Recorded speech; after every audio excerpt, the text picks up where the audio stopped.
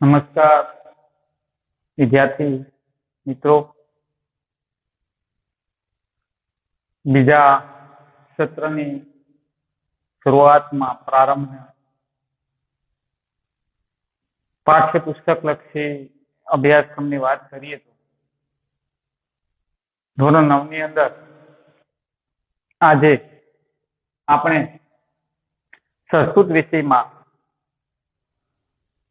પાઠ કયો તો પાઠ અને નાટક કયો તો નાટક એ 9મો પાઠ ઉપકાર હસ્તુ કર્તવ્ય, જેનું ગુજરાતી થાય ઉપકારથી હણી નાખવું. મિત્રો, ચારુદત્તના મુખમાંથી નીકળેલું એ આ વાક્ય છે. એ નાટકના વિષય વસ્તુની ચર્ચા એ આપણે કરશું. મિત્રો, એકદમ એમ કહેવાય ને કે રસિક પ્રેક્ષકોને જકડી રાખે એવી આ નાટકની કથા વસ્તુ છે. મિત્રો, મહાકવિ શુદ્રક રચિત મૂર્ત કટિકમ નામનું સંસ્કૃત ભાષાની અંદર એ આ નાટક, એ આ રૂપક એ લખેલું છે. મિત્રો, આ ગ્રંથ કદાચ આપણે વાંચતા હોય, બરાબર, એનું ગુજરાતી અનુવાદ જો તમે વાંચો તો મને મારા ખ્યાલ મુજબ એક અંકને વાંચ્યા પછી મિત્રો કોઈ તમને બોલાવવા આવે ને તો તમે એને ના પાડી દો. કારણ કે હવે પછીના અંકમાં શું થશે, હવે પછીના અંકમાં શું થશે, એનું કથા વસ્તુ છે એવી રીતે સંકળાયેલું છે કે પ્રેક્ષકોને જકડી રાખે એવું રૂપક, એવી પ્રણય કથા મિત્રો આ નાટકની અંદર એ આપણે જોવાની છે. તો એ આ નાટકથી શેમાંથી લેવામાં આવ્યું છે એમ પૂછવામાં આવે તો યાદ રાખજો મિત્રો, મૂર્ત કટિકમ નામના નાટકમાંથી, બરાબર. તેમાં કુલ 10 અંક છે. એમાંના 10મા અંકનો એ આ નાટકની અંદર આપણે અભ્યાસ કરવાનો છે. તેના લેખક કોણ છે? મૂર્ત કટિકમ નામના નાટકના કર્તા, એ રૂપકના કર્તા મહાકવિ શુદ્રક છે. એ લેખકનું નામ પણ યાદ રાખવાનું. આ નાટકનું એમ કહેવામાં આવે કે આ પાઠનો સાહિત્ય પ્રકાર કયો તો કે રૂપક. એ નાટકનું જ એક સ્વરૂપ છે. મિત્રો, આ એની પ્રાથમિક માહિતી થઈ. પ્રારંભની અંદર તેની ચર્ચા કરીએ તો આ નાટકનો નાયક એ ચારુદત્ત છે, બરાબર, કે જે ગઈકાલે ધનવાન હતો. ગઈકાલે આજે કેવો છે? દરિદ્ર છે, ગરીબ થઈ ગયો. ગઈકાલે ધનવાન હતો, કોઈ પરિસ્થિતિ અને સંજોગો એવા નિર્માણ થયા કે આજે ચારુદત્ત છે કેવો છે? દરિદ્ર છે. એ આ નાટકનો નાયક છે, એ તેની પરિસ્થિતિ આવી છે. બીજી બાજુ નાટકની નાયિકાની ચર્ચા કરીએ તો આ નાટકના નાયિકા કોણ છે? તો કે નાયિકા છે વસંત સિન્હા છે, બરાબર. આ નાટક, આ રૂપકની અંદર ચારુદત્ત અને વસંત સેનાના વચ્ચેની એ પ્રણય કથાનું વર્ણન, પ્રેમ કથાનું વર્ણન એ આ નાટકની અંદર કરવામાં આવ્યું છે. નાયિકા છે વસંત સિન્હાથી ધનાઢ્ય છે, ધનાઢ્ય ગણિકા, સેવિકા જેને કહેવામાં આવે, કામ કરવા વાળી, બરાબર. તો એકદમ પ્રેક્ષકોને અને બાળકોને મજા આવે એવા નાટકના વિષય વસ્તુની આજે આપણે વાત કરીશું. મિત્રો, આ નાટકનો અનુવાદ અને એના વિષય વસ્તુની ચર્ચા કરતા પહેલા એ નાટકમાંથી આપણને શું બોધ મળશે તેની ચર્ચા પણ કરી લઈએ. મિત્રો, તો તેને ટૂંકમાં જોવું હોય તો એમ કહી શકાય કે સત્તા પર બેઠેલા દુર્જન વ્યક્તિ ભલે નિર્દોષ વ્યક્તિને પીડા કે દુઃખ આપતા હોય, પરંતુ અંતે તો તેવા વ્યક્તિઓની દુર્ગતિ થાય છે. મિત્રો, ભગવાન કરે એવું ન બને, પણ કોઈ કારણોસર દુષ્ટ વ્યક્તિ બરાબર. દુર્જન વ્યક્તિ જયારે સત્તા પર આવે છે અને આવા વ્યક્તિઓ જયારે સત્તા પર આવ્યા પછી એ સત્તાનો દુરુપયોગ કરી અને જે નાના અને ગરીબ દરિદ્ર લોકો જે છે એને પીડા આપે છે, દુઃખ આપે છે, બરાબર. તો આવા દુષ્ટ વ્યક્તિનો પેલું કહેવાય છે ને કે સત્યમ એવ જયતે, આખરે વિજય તો સત્યનો જ થાય છે. આવા દુષ્ટ વ્યક્તિઓ એ અંતે દુર્ગતિને પામે છે, એટલે કે એનો વિનાશ થાય છે. એ આ વાર્તાનો મુખ્ય બોધ છે. સાથે સાથે આ વાર્તાના બોધને આગળ વધારીએ તો સાથે સાથે એ પણ શીખવાનું છે મિત્રો કે એનાથી ઉલટું કે જયારે સજ્જન વ્યક્તિ સત્તામાં આવે, બરાબર, તો એવા વ્યક્તિઓની અંદર ક્ષમા અને ઉપકારની ભાવના હોય છે. હંમેશા સજ્જન વ્યક્તિ સત્તા પર બેસે તો સારું કહેવાય. અને આવા વ્યક્તિઓ જયારે સત્તા પર બેસે તો એમની અંદર આ બે પ્રકારના ગુણો છે જોવા મળે છે. એ ક્ષમાવાન હોય છે, બરાબર, અને તેવા સજ્જન વ્યક્તિની અંદર એની ઉપકારની ભાવના છે જોવા મળે છે. બદલો લેવાની ભાવના રાખતા નથી, બરાબર. ભલે પેલા પૂર્વ સમયની અંદર દુર્જન વ્યક્તિ એની સામે બદલો એને હેરાન કર્યું હોય, પીડા આપી હોય, દુઃખ આપ્યું હોય, બરાબર, અને એ જ વ્યક્તિ જયારે સત્તા પર આવે, બરાબર, એ દરિદ્ર વ્યક્તિ જયારે સત્તા પર આવે ત્યારે સામે એને પીડા આપનાર વ્યક્તિ સામે બદલાની ભાવના રાખતો નથી, એને ક્ષમા આપી દે છે. અહીંયા પણ કંઈક એવું જ બને છે મિત્રો.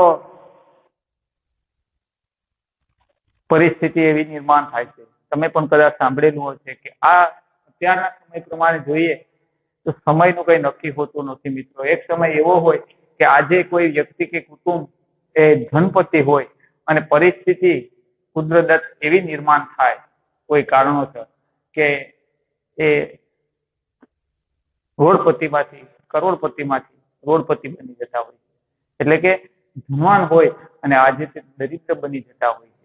આવી પરિસ્થિતિ સમાજની અંદર એ જોવા મળે છે, બરાબર, નિર્માણ થાય છે.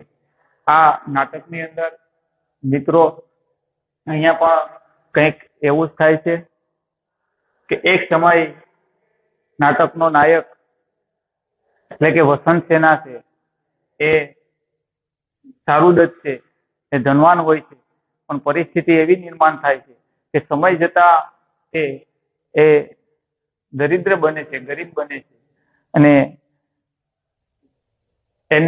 એ નાયકની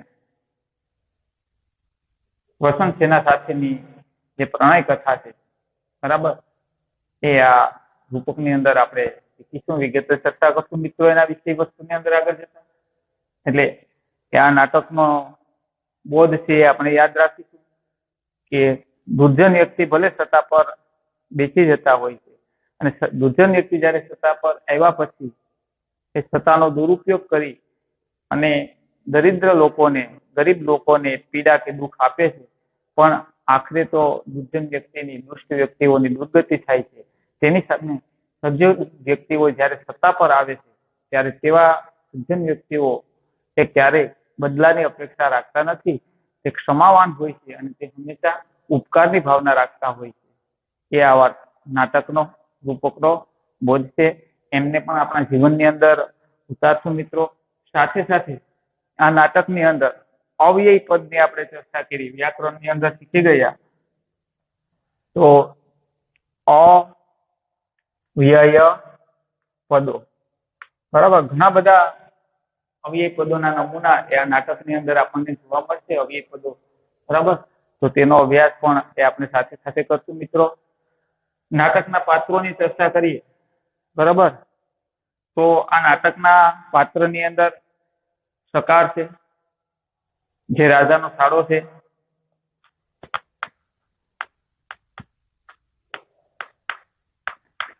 નાયક ચારુદત્ત છે, ત્રીજું પાત્ર છે શર્વિલક કે જે ચારુદત્ત નો સેવક છે. મિત્રો એ આ નાટકના 3 પાત્રો છે. નાટકની શરૂઆત મિત્રો ત્યાંથી થાય છે. ના કથા વસ્તુની જો વાત કરીએ તો કે જે તે સમયે એ જે રાજાનો હોય છે એ રાજાનો સાળો, બરાબર, એટલે કે સકાર. રાજાનો નામનો કોઈ ઉલ્લેખ કરવામાં આવ્યો નથી. જે રાજા હોય છે એ રાજાનો સાળો એટલે કે સકાર. એ સકાર છે એ પોતે રાજાનો સાળા હોવાથી પોતે કંઈક અભિમાનની અંદર ફરે છે, પોતે કંઈક એવા દુષ્કર્મોનું આચરણ કરે છે. અહીંયા જે સકાર છે એ વસંત સેનાને ગુંગળાવીને મારી નાખવાના પ્રયાસ કરે છે. તો પ્રશ્ન એ થાય કે ગુંગળાવીને મારી નાખવું એટલે શું? ગુંગળાવીને મારી નાખવું એટલે કે માણસ શ્વાસ ન લઈ શકે, શ્વાસ ઊંધાઈ જાય, બરાબર, એવી પરિસ્થિતિની અંદર માણસને મૂકી દેવો, તેને તેવા પ્રયત્નો કરવા, તેને ગુંગળાવીને મારી નાખવો કહેવાય. એમ સકાર છે એ વસંત સેનાને ગુંગળાવીને મારી નાખે છે, બરાબર. અને પોતે રાજાનો સારો હોવાથી કે આ વસંત સેનાને મારી રાખવાનો જે આરોપ છે, જે ગુનો છે, એ ચારુદત્ત ઉપર મૂકી દે છે. મિત્રો, સંજોગો એવા નિર્માણ થાય છે કે આજે ગુનો સકારે કર્યો, વસંત સેનાને ગુંગળાવીને મારી કોણે નાખી? સકાર. અને ગુનેગાર ચારુદત્ત સાબિત થાય છે. અને મિત્રો, એ ચારુદત્તને ફાંસીની સજા આપવામાં આવે, ફાંસીની સજા ફરમાવવામાં આવે. અહીંયા સુધીની પરિસ્થિતિ છે એ નિર્માણ થઈ છે, બરોબર. પણ એવું કહેવાય છે ને કે સત્યમ એવ જયતે. ભલે લાંબા સમયે પણ વિજય તો હંમેશા સત્યનો થતો હોય છે.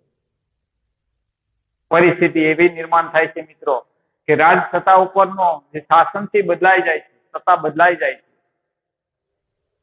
જેવું શાસન બદલાનું અને સત્તા બદલાણી એટલે રાજા છે પોતાના પદ ઉપરથી દૂર થાય છે. એટલે સકાર જે રાજાનો સાળો હતો તે રાજા પોતાના પદ ઉપરથી દૂર થાય છે. આજે સકાર છે સામાન્ય નાગરિક બની ગયો છે.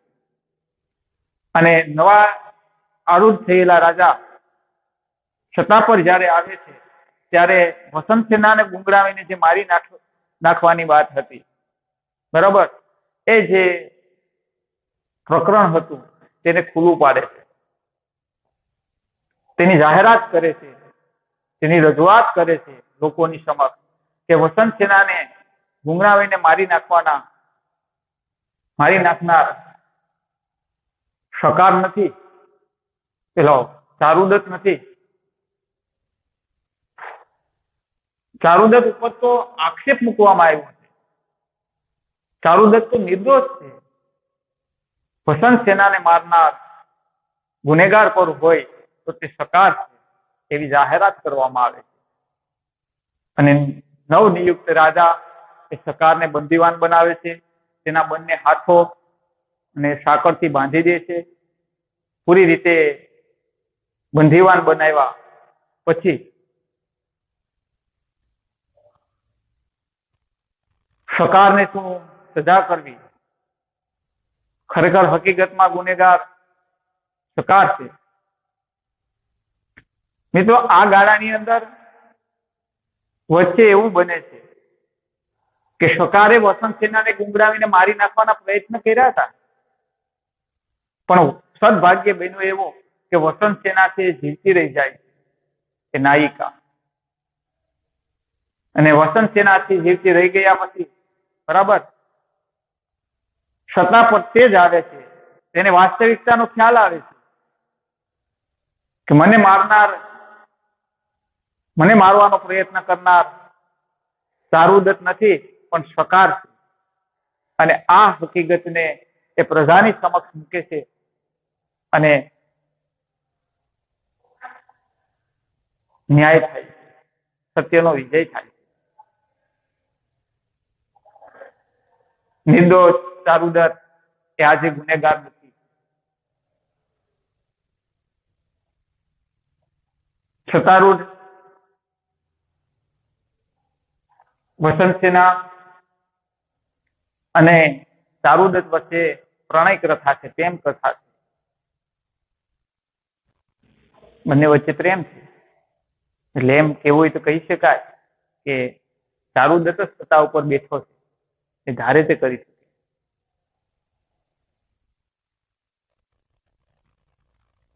પરંતુ અહીંયા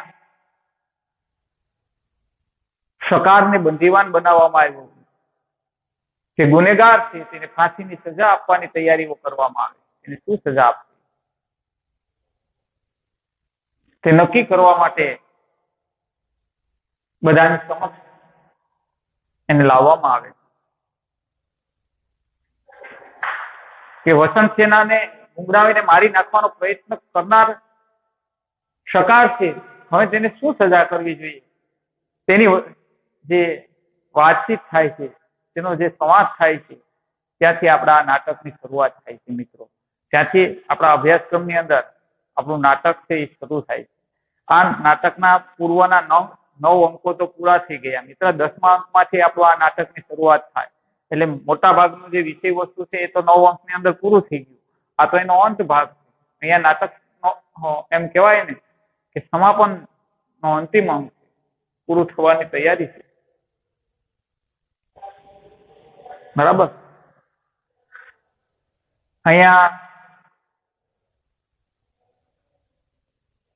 શકારને શું સજા આપવી એ વિષયમાં જે ચર્ચા થાય છે, વાતચીત થાય છે, સંવાદ થાય છે, ત્યાંથી આપણા પાઠ્યપુસ્તકની અંદર એ નાટકની શરૂઆત થાય છે. તેમાં સૌ પ્રથમ શકારને મિત્રો જ્યારે નાટક રજૂ થતું હોય ત્યારે પ્રેક્ષકો સામે બેઠા હોય,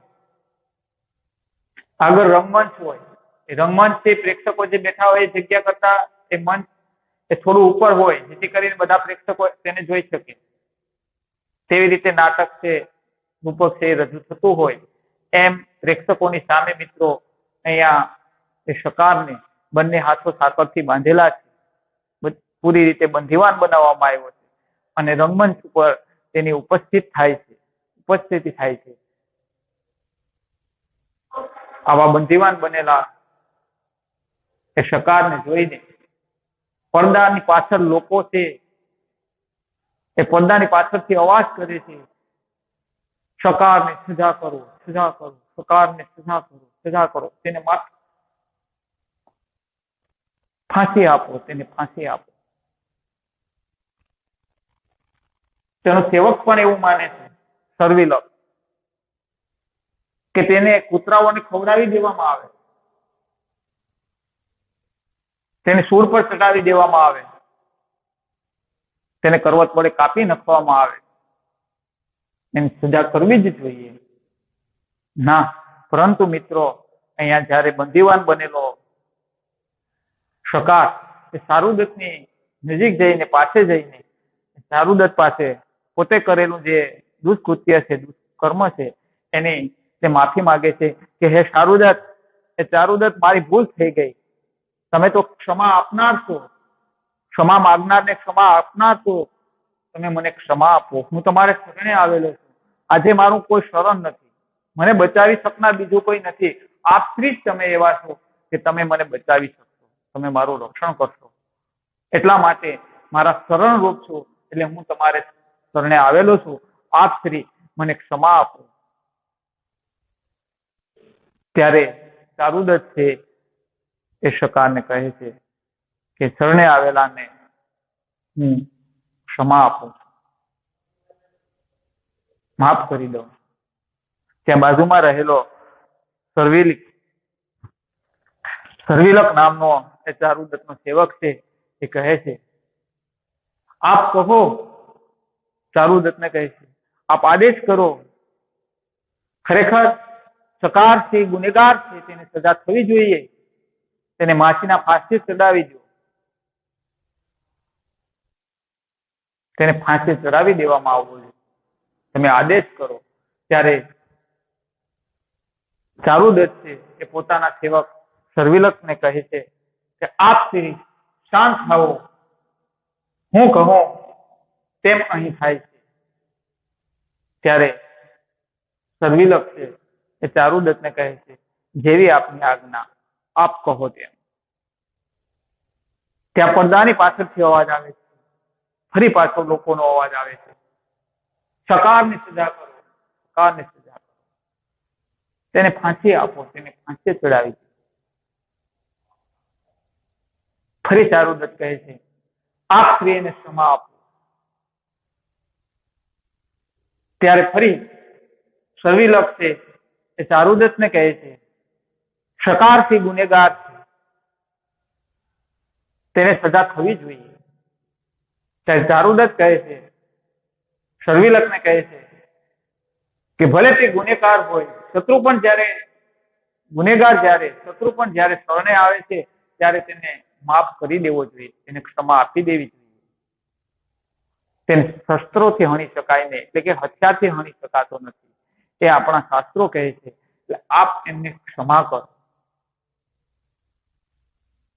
ત્યારે ચારુદત્તની આ વાત સાંભળીને મિત્રો સર્વિલક કહે છે, ના ના, સજા થવી જ જોઈએ, તે ગુનેગાર છે. ત્યારે ફરી છે એ ચારુદત્ત કહે છે, ના, હું કહું તેમ થાય છે, હું કહું તેમ કરો. ફરી સર્વિલક કહે છે, જેવી આપની આજ્ઞા, આપ જેમ કહો છો. ચારુદત્ત ની સામે ફરી સકારથી આવે છે. ફરી પુનઃ હું આપના શરણોમાં પડું છું. મારા જીવનની અંદર મારા માટે શરણરૂપ બીજું કોઈ છે નહીં, મને બચાવી શકનાર હવે બીજું કોઈ છે નહીં. મેં કરેલા ગુનાની હું માફી માંગુ છું, મને માફ કરો. હું ફરી પાછો આવો ગુનો ક્યારે કરીશ નહીં, મને ક્ષમા આપો, હું આપને વિનંતી કરું છું. છતાં પણ જેવી આપની ઈચ્છા, આપને જેમ કરવું હોય તેમ કરો, એમ છેલ્લી વિનંતી છે તે સકારથી કરે છે. અને સકારની આ વિનંતી સાંભળીને ચારુદત્ત છે એ પેલા સકારને છોડી મૂકે છે, એને સજા કરતાને ક્ષમા આપે છે. સર્વિલક, આપથી તેને મુક્ત કરો, આપથી તેને એટલું કહી અને ચારુદત્ત થી અટકી જાય છે. આપથી તેને, ચારુદત્ત કહેવાનું એમ હતું કે તેને મુક્ત કરી દો, તેને બંધનમાંથી, બરાબર, ક્ષમા આપી દો, માફ કરી દો. એમણે માફી માંગી દીધી. પણ પેલા સેવકની ઈચ્છા એવી નથી, સર્વિલકની. આપ શ્રી છે ને એટલું બોલ્યા ને ચારુદત્ત, બરાબર. ત્યાં સર્વિલક કહે છે, ફાંસી આપવી છે, ફાંસી ચડાવવો છે? ના ના ના ના. ચારુદત્ત કહે છે, ના ના, આપ શ્રી તેને ફાંસી નહીં, તેને મુક્ત કરો, બંધનમાંથી મુક્ત કરો. હાથમાં એને કડીઓ પહેરાવેલી, બંધનથી તે બંધાયેલો હતો, તેમાંથી ચારુદત્ત પોતાના સેવક સર્વિલકને કહે છે કે આપ શ્રી તેને મુક્ત કરો, છોડી દો. અને ચારુદત્ત છે એ સકારને મુક્ત કરે છે, બરાબર, છોડી દે છે. એટલે ભલે ચારુદત્ત ઉપર ગુનાનો આક્ષેપથી સકારે નાખ્યો હતો, જ્યારે એ પોતે રાજાનો સાળો હોવાથી, પણ આજે ચારુદત્ત થી બદલાની અપેક્ષા રાખતો નથી, બરાબર. એમને ક્ષમા આપી દીધી, બરાબર, એના પર ઉપકાર કર્યો કે જા તું બંધનમાંથી મુક્ત, બરાબર. એટલે સજ્જન વ્યક્તિઓ ક્યારેય બદલાની અપેક્ષા રાખતા હોત નથી. સજ્જન વ્યક્તિ જયારે સત્તા પર આવે છે ત્યારે ભલે તેમના ઉપર કોઈ એ પીડા આપેલી હોય, તેમને કોઈ દુઃખ આપેલું હોય, છતાંય સજ્જન વ્યક્તિઓ ક્યારે બદલાની અપેક્ષા રાખતા નથી. ઉલટાના તેને ક્ષમા આપે છે. એટલું જ નહીં, પણ ઉપકારની ભાવના એ સજ્જન વ્યક્તિની અંદર હોય છે, તેમના પર ઉપકાર કરે છે. એમ મિત્રો આ નાટકથી અહીંયા પૂરું થાય છે, બરોબર. કે ચારુદત્ત જેવા નાયક સત્તા પર, આ દેશની સત્તા પર આવે, બરાબર. સજ્જન વ્યક્તિઓ આ દેશની સત્તા પર બેસે, સીટ પર બેસે, આસન પર બેસે, અને આવા નિર્દોષ વ્યક્તિઓ અને દરિદ્ર વ્યક્તિઓ કે એના થી દુષ્ટ લોકોથી પીડાઈને દુષ્ટ લોકોના દુઃખનો, પીડાઓનો ભોગ ન બને, બરાબર. તે માટે હંમેશા સજ્જન વ્યક્તિઓ સત્તા પર બેસે તેવા આપ સૌએ પ્રયત્ન કરવા જોઈએ. એ આ નાટકનો મુખ્ય બોધ છે. અસ્તુ મિત્રો, અહીંયા સુધી આ નાટકના વિષય વસ્તુ અહીંયા નાટક છે પૂરું થાય છે, રૂપક છે પૂરું થાય છે. બરાબર. હવે આ નાટકના અનુવાદની ચર્ચા, બરાબર, નાટકમાં આવતા અવ્યય પદોની ચર્ચા હવે પછીના ક્લાસની અંદર એ આપણે વિગતે કરશું. અસ્તુ. જયતુ સંસ્કૃતમ, જયતુ ભારતમ. ધન્યવાદ.